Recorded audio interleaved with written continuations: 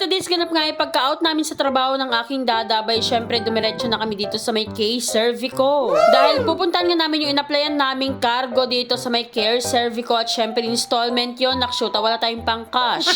Aba, isa na namang investment ang aming nakuha for today's taon. Nakshuta, sana all manifesting sunod-sunod na blessings. Thank you so much, Lord.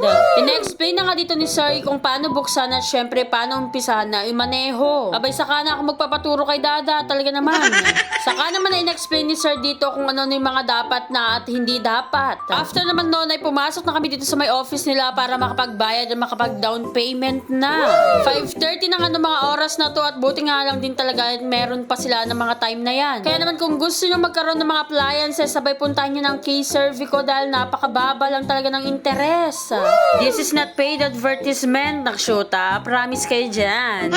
Habang may kinikater pa ng isang client nila, bay syempre nagkwentuhan muna ang Dada at nung si Sir na napakabait na nag-assist sa amin. Saka naman na explain kay Dada kung ano yung kontrata na nakalagay doon at syempre bayaran na nga ng mga oras na yan. Kaya naman sinamahan ko ng Dada doon dahil nga after na mai-discuss ni Sir yung mga kontrata, bay syempre nagbilang na rin naman ako dito ng ibabayad naming down payment. Kaya pala kami kumuha ng cargo namin na sasakyan na Badja, bay syempre Diyos ko, isa na namang investment to at hindi lang yan. Dahil nga gagamitin ko to sa may night market para sa aming business na ice cream. Kaya naman relax lang kayo mga kavava ko dahil unti-unti ko nang natatapos yung mga kailangan tapusin. Talagang magkikita-kita na tayo dyan sa may night market.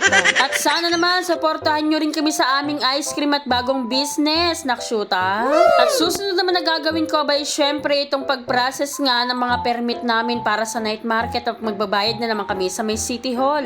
Thank you so much, Lord, sa lahat ng blessings na pinagkaloob mo sa amin. Talagang agyaman kami laun-unay. Nung nabilang ko na nga yung down payment namin, pinarecount ko ulit kay Sir para naman saktong-sakto walang bahid.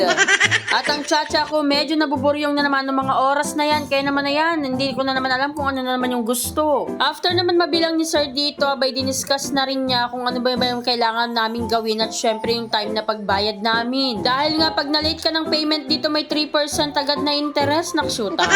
Binigay na nga dito ni Mami yung resibo namin at kung ano pa mga documents na kailangan naming i-keep. At saka naman na sila dito nagpirmahan ni Dada ng kontrata at kung ano-ano pang kailangang ipirma. After nga niya na bay syempre marirelease na rin namin sa wakas yung cargo namin. Ito na naman, pahirapan na naman kung paano mag-drive at i-drive yun.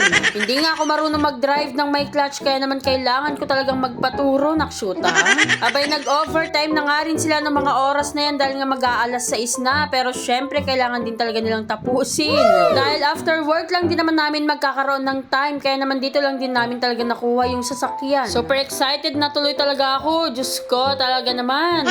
Noong mga panahon nga hindi namin kayang mag-apply dito sa mga ganitong loan at buti nga lang din talaga nakakaraos na at unti-unti na namin natutupad yung mga pangarap namin.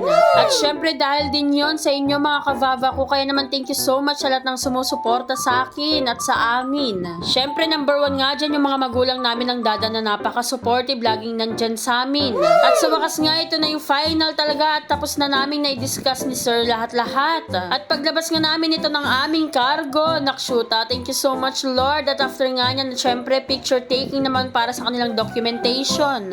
Aba, isa na namang napakasarap sa feeling ang ganitong pakiramdam. Yun nga lang, sana hindi kami pumalya sa pagbabayad, baka mahila, nakshuta, mahirap na. Kaya naman thank you so much kay Cervico at kila Sir na nag-assist sa amin. Mabuhay po kayo, God bless. At see you nga mga kavava ko sa night market. Kaya naman na yun lang mga kavava. Salamat sa panonood. Bye-bye!